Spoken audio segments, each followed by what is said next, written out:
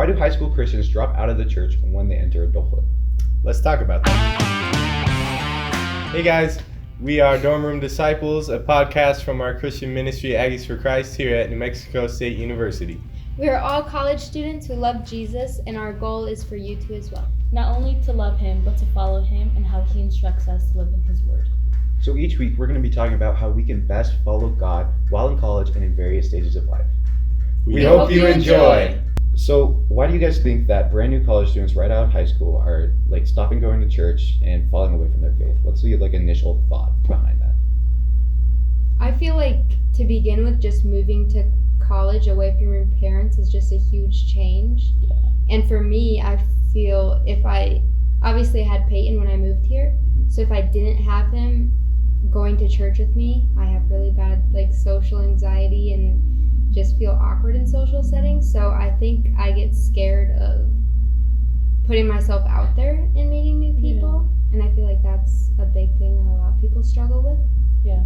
Kind of just going off of what you were saying, I know like it's a new environment for everyone. For me, it was like, where do I fit in? And that can go into it a lot too, because you know your standards are a lot different from when you're at home, comfortability, things like that. I think you have a lot more free will as well when you go to college. Like when you're at home in high school, you don't have to, but a lot of times you feel the pressure to do what your parents are doing or what they tell you to do. But once you get to college, there's this pressure from the world. I feel like it's like, oh, have fun, try to do things that maybe you shouldn't do. Like go party, go drink, go have sex, try all these things. And that can be really loud and in your face, like especially right when you first get there. I mean, I know like the first week everybody goes crazy at college. So I think that's like a huge thing that kind of can distract for sure. For sure, yeah. Yeah. I also feel like a lot of times high schoolers haven't, like kind of what you guys were saying, high schoolers haven't had that, this faith is my own, instead of this is faith is my parents, you know. That tends to come into adulthood, which which is why I feel like youth ministries, like middle schoolers, tons of them, seniors in high school, maybe like 5. Yeah, for sure. It's like just as they get older, that tends to fall apart a little bit. Yeah, I agree. And I think like judgment as well is a big thing, like going both ways, judgment from people that don't go to church and judgment from people who do go to church. Like your friends before in high school when you were going with your parents, some people are able to say, oh, I only go to church because my parents make me, instead of it being your own faith. And then when you get to college, if people make fun of you for going to church, it's kind of like people might be embarrassed about that, which it's nothing to be embarrassed about, but I think people do get embarrassed. And from within church, like if someone messes up and they're scared to talk about it to people in church, fearing the judgment of the people from church. Yeah, and I think it's hard to, like, for your first time, like if you didn't grow up like going to church in high school or anything, and it's your first time in college especially, maybe you tried some of the dumb, stupid mistakes already, and then you're like, oh, I can't go to church, like they'll know what I did, they're gonna judge me, that type of deal. For sure, that's scary. Yeah, definitely. Well, according to statistics, I love numbers, guys. It's just the best. There's a huge drop in high schoolers, like as they're going into college, like just dropped. So actually, in a study that was done in 2017, 66% of people stopped attending church regularly when they entered adulthood. That's sad, honestly. And I feel like it's for a lot of the reasons we just said. Yeah. And by the time they were 23, 80% of young adults stopped attending church when they used to be regulars. And the amount of college students with no religion actually tripled in the last 30 years. That one's interesting. It's just religion in general, not even just Christianity. I think a big topic that's not talked about is how the Christian faith, like Emma was saying, is very judgmental, and that's very understandable. Like you don't want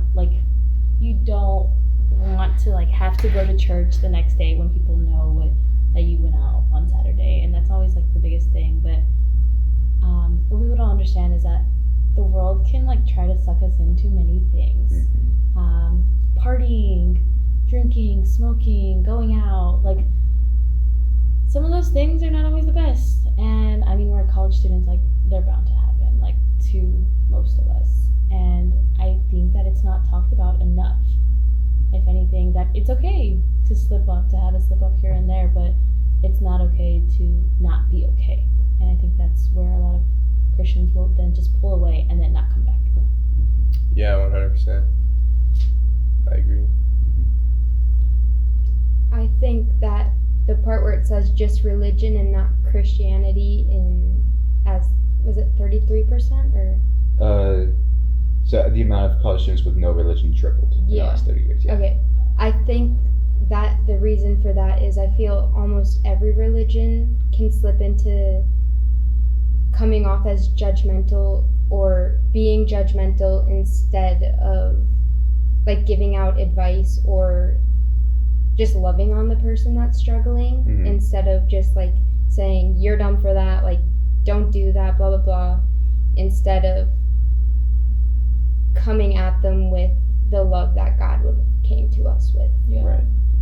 I feel like that's big because like how do we like in our church, but also like as Christians, how do we represent that differently? How can we like put a different image of judgment out there? Because we're not called to judge. Actually, there's a verse about that. Matthew 7:1-5. Ooh, I got that. You got it? Yeah. It says, "Do not judge others, and you will not be judged, for you will be treated as you treat others. The standard you use in judging is the standard by which you will be judged. And why worry about a speck in your friend's eye when you have a log in your own? How can you think of saying to your friend, 'Let me help you get rid of that speck in your eye,' when you can't see past the log in your own eye? Hypocrite! First get rid of the log in your own eye, then you will see well enough to deal with the speck in your friend's eye. Don't waste what is holy on people who are unholy. Don't throw your pearls to pigs. They will trample the pearls, then turn and attack you." Oops, I went to 6. Sorry. That's okay. No, that's so It was still good. Yeah. The biggest thing from that was like just the hypocrite part, I feel like. Exclamation point. Yeah, for sure. big time. Like we fall into that hypocrisy so much, even though Jesus walks with us, even though we're sinners, in spite of that, each and every one of us. I think a good thing to do, like if someone comes to you with something, they're like, "Hey, I'm struggling with this," instead of being like, "Man, you suck," like you're dumb, you know. I think the biggest thing is like being like, "Hey, here's what I struggle with." Like you're not the only one struggling with something. Everybody sins, and if you say you don't sin, you lie. So, Which is a sin. no, but for real, like I think letting them know that you struggle too, I think that really helps them. Then they won't see you as a hypocrite because they might walk in and be like, "Dude, I saw that guy blackout drunk on Saturday night. How is he here Sunday morning?" And then they might come to you and say something like, "Hey, I slipped up, I sinned." You'd be like, "Yeah, man, I'm struggling too. Like, I'm sinning. We all sin. We all make mistakes, you know?" And it's okay to admit that. Like, especially to new Christians, they need to know that, like, seasoned Christians, people that have had faith their whole lives, like, they still make mistakes and they still struggle. I think that's super important. And I think a good thing to have is accountability partners, and the way to build that trust with someone in order to become their accountability partner is to love them through what they're going through, and like asking them the question of, how can I walk with you through this? Like, what is something that I can do that's going to help you succeed in? Yeah, that's awesome. I think another big part is that realizing that we all have our seasons. Like we have bad and good seasons, and I mean, no matter what, like they're bound to happen, especially the bad ones. But I think realizing that, okay, like I'm going through something, let me reach out to someone. Yeah. Having that reach out like mentality is going to help you as a Christian, and also like you were saying, like being that person that, you know, you're willing to go to, that being like, hey, like I've done it too. Like, let me help you, but also being that person that's like, hey, I slipped up, I messed up. Like, now let me go tell this person. Let me go tell Emma. Let me go tell Peyton. Like, what happened. I think that's gonna want to keep people in the church, and I think that's the whole cause. How do you like? In what way do you think new people to college can get plugged into like having a community in which they can go talk? I think what is not talked about is honesty. Honesty is going to be your best friend. People want to know that people that are here sitting down have messed up. They want to know. They want to know the truth. They don't want to be lied to. Because they've been lied to their whole life by the world. Right. Like, I just imagine like a brand new freshman in a brand new town walking into this brand new church, and they walk in and everybody's putting on their perfect face. Everyone's like, oh, I know everything. There's a verse for that, and like, you know, like, I'm perfect, you know, and they're walking in like, dang, I'm not, you know, I'm 18, I have alcohol in my dorm right now, you know, and like, and they're like, I don't want to, but I want to be like Jesus. I want to be in this community, but I don't feel like I can be because everyone's perfect. Exactly. Right. Yeah. It's really hard. It's really hard because you want to be in an environment where you can be yourself. And that's the biggest part, and that's what a lot of churches may have some issues because, you know, there's some people who have their cliques or like their friends, and instead of, you know, doing the work of being like, hey, are you new? Da, da, da. And I think that's also a big part of it too. I think another big part is it's just being vulnerable with some people when you don't want to be. Telling them like, hey, like I saw you. Like, how do you feel about that? I think confrontation is a big thing, and that's not talked about enough. Yeah.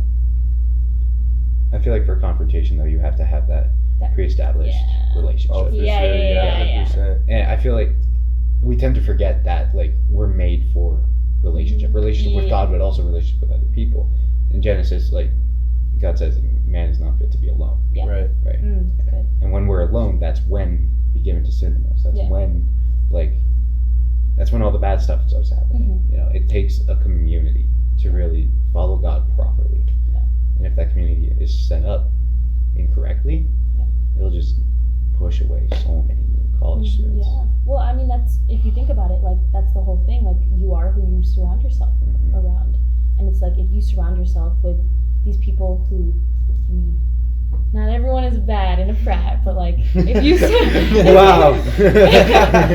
frats are from the devil. No. There's some really good people in frats, actually. I've had some pretty good guys. Yeah. And like, if you're gonna surround yourself with people who are continuing to do those bad things that you know are bad for you, why would you still want to be around those people? Yeah, sure, they're probably great people. Don't get me wrong. They're probably some of the best people. But, I mean, that's where you do your part as well. Like, hey, maybe this is not for us. Or, you know, just that friendship level as well. Yeah. I think another thing that's, like, us as Christians, us as people that aren't new, like, we should figure out why it's easier and more approachable for new people to leave and go do something else, like go to a frat party or go do something like that. Why is it easier and more comfortable for them to do that rather than come to church? Like, why are we not making church a comfortable place where people can be like, yeah, go there, I feel like I'm at home, like I love all these people. Like, we need to figure out why they'd rather go do something else than come to church. And we need to, like, I feel like we should be even better at approaching people than maybe a fraternity or sorority, something like that. You know what I mean? And I think that's an area where we're probably failing as a church. Yeah. Like, as a whole, churches in general, as a whole. I feel as a world thing. Yeah, 100%. Yeah. So we're in a new semester. There's brand new freshmen on our campus. What would your advice be to those freshmen at getting plugged into a church if they're nervous? That's a good question. Well, I'll speak from my experience. When I was a freshman, I made it a point to like really try to, you know, get connected to Christian community and I looked on Instagram a lot. Like I searched. There you go. That's I social like, media for you. yeah, exactly. It's a great resource Yeah. if used correctly. Yeah. And so I found like 4 different ministries. I tried them out. I found like a bunch of different churches. I think in my first semester of college, I tried out like 8 different churches. Yeah, that's Yeah. realistic. Wow, it is realistic Yeah. because not every church that you find is going to be home. Yeah. And Yeah. It's it, good. you have to try some out. You have to like figure out, okay, where's God calling me?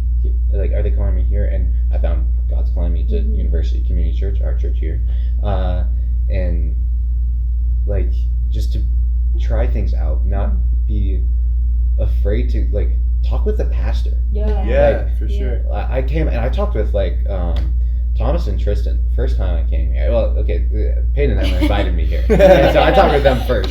But like I just like started talking with Tristan, started talking with Thomas, and like, oh my gosh, love the guys. You know, Yeah. it's like they're the right people to get into it. I think. Yeah. Oh, sorry. You go. You're good. Okay. I think you brought up a couple good points. Like, so one of them is researching your churches. Like, go on their websites. Every church that has a website usually tells you their beliefs, their core beliefs. Read through those. Read through the Bible, and if those align, try it out. And like Calvin, going to 8 different churches. Like, if you go to a church and they're like preaching something, and you're like, yeah, that's not in the Bible. Don't give up after your first church. Like, go to 8, go to 10. Like, don't give up just because one church is bad. Like, find the one that's gonna fit you. For sure, that's like a big thing. Like, just don't give up. And I think not only churches, but find research like the college groups. Like we Yeah. have so many on our campus. I It's want to say really nice. Yeah. it's a lot, and we tried out at least 2. Okay, we didn't try it that much, but we tried out 2, though. Yeah. and we found out where we belong, and we enjoyed both of them. Yeah. Yeah, I know for me, like, the one thing, my biggest advice for, like, new freshmen or, like, incoming freshmen, like, not this season, for me, it took me, I think, 2 semesters to find, you know, a good home. But even for me, like, what I wish I would have heard or told myself was, like, just say yes. Mm-hmm. Like, it's not that hard to just go one time. Yeah. You never know. And a big thing for me is, like, because I didn't grow up in a church. So a big thing for me is honesty and, you know, just being able to relate to someone. And so when I found that, I just immediately knew that, like, okay, this is the right place for me to be. So. I like the part of don't be afraid to say yes. like you said, because when I first came to Aggies for Christ, when Payne and Emma invited me, they were announcing the spring retreat they were doing that weekend. That 2 days later. 2 days later. And they were like, Calvin, sign up. Do it. I was like, okay. And so I did. And it was the most awesome experience. I got to know, like, everyone here so, like, deeply in the span of, like, 2 days. Dude. Well, to be fair, I pulled an all-nighter the first night. And then fell asleep in the morning Yeah. during a sermon. I don't want to talk about it. It was actually so I know, I'm sitting next to Payne, like, but, like, yeah, don't be afraid to say yes. Yeah. If, like, a college ministry is like, dude, we have this awesome event going on. Like, oh, I have homework. Well, do your homework. But, but, like, try to make it a priority. Yeah. Yeah. I think that's big. Yeah, and like that was spontaneous, and that was like a crazy thing you kind of did. Like, you didn't know anyone. You went on a weekend retreat, 2.5 hours away with them. Yeah. Like, that's the other thing. Is I was like, nervous. Yeah. being a Christian, you're not gonna miss out on the college experience. You can still go and do fun and crazy things. You can still be stupid.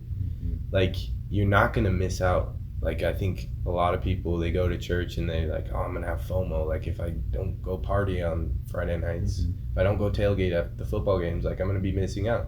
No, you can still do crazy things. Show up, meet one person that tells you to go on a retreat and be like, heck yeah, I'll go. Like, go do random stuff with people. Like, you're still gonna have a lot of fun. Like, I promise you. Like, don't let that be the reason that you don't get connected to a church. Yeah, you're still partying. It's just a different type of party. That's right. Yeah. Well, I think what's not talked about a lot is that I'm not saying that, you know, partying and going out is a bad thing. And it never really is until you get put in a situation where you know it's bad. What's not talked about enough is having false expectations. Immediately thinking that, like, okay, I have this alcohol problem. I'm going to immediately pull away from alcohol. I don't think that's the smartest thing in the world. And hear me out. I think having real expectations for yourself, like, okay, day by day, step by step, this day I'm really going to try. This day I'm really going to try. So taking it day by day is a real life expectation. Yeah, like you're going to fumble for sure. Right. Except instead of thinking about the whole entire future, like as in one. And you see what I'm trying to say? I know what you mean. Yeah. Like, be realistic with yourself. Like, don't. But I will say, if you do feel like you need to be completely done with alcohol, be completely done with alcohol. Yeah. That was just an example. Just an example. I got what you meant. Like, don't. Like, if you sin, right after you sin, be like, oh, I'm never doing that again. Right. Like, what's the likelihood of that happening again? Right, exactly. After you have that, like, bad expectation. Yeah. And it could be lying. It could be gossiping. Oh, yeah. It could be small things like that. But that doesn't mean that you don't create the borders and the boundaries. Oh, your boundaries. Right. Yeah. It's about showing yourself like grace while living in truth stuff. 100%. Right. Yeah. Yes, I sinned.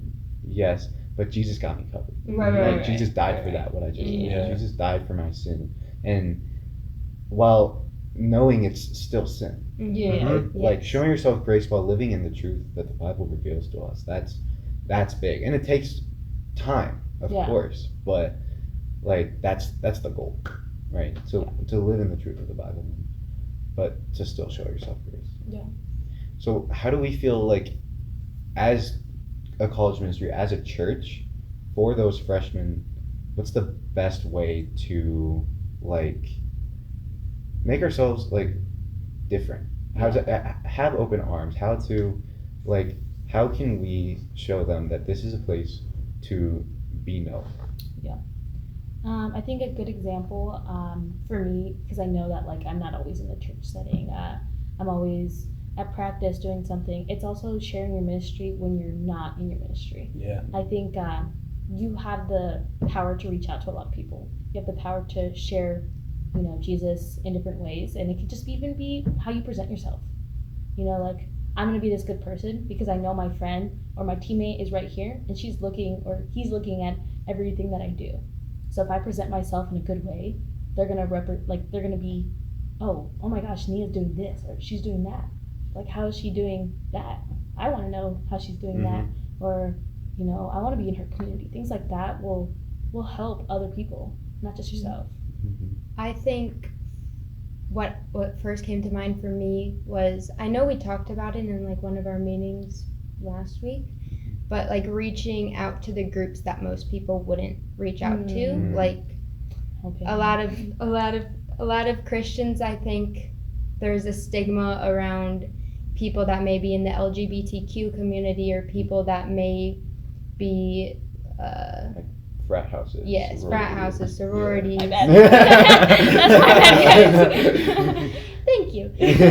Reaching out to all of those groups and just greeting them with open arms and not being judgmental like we were talking about in the beginning, but like really just sitting there with them and showing them that you want to have a relationship with them and that God wants to have a relationship with them. Yeah, like just have a normal conversation with them. Like, you don't even have to, first time you talk to someone like that, you don't necessarily have to bring up like that you're a Christian, unless it obviously comes up naturally. Yeah. Then don't shy away from that, but just talk to them person to person. Like, they're still people just like you are, and they still are searching for the love that we know it comes from Jesus, right? So that's why they do the things that they do, right? That's why we sin, because we're trying to fill that hole only that God can fill.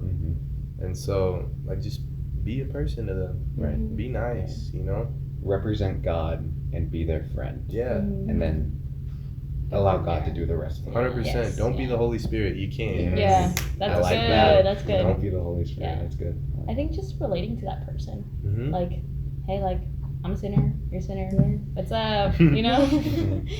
I think another thing is, like, for people that do try coming to church, like, don't let your conversation with them, your relationship with them, end on Sunday once church ends. That's good. Get their phone number, get their Instagram, their Snapchat, whatever.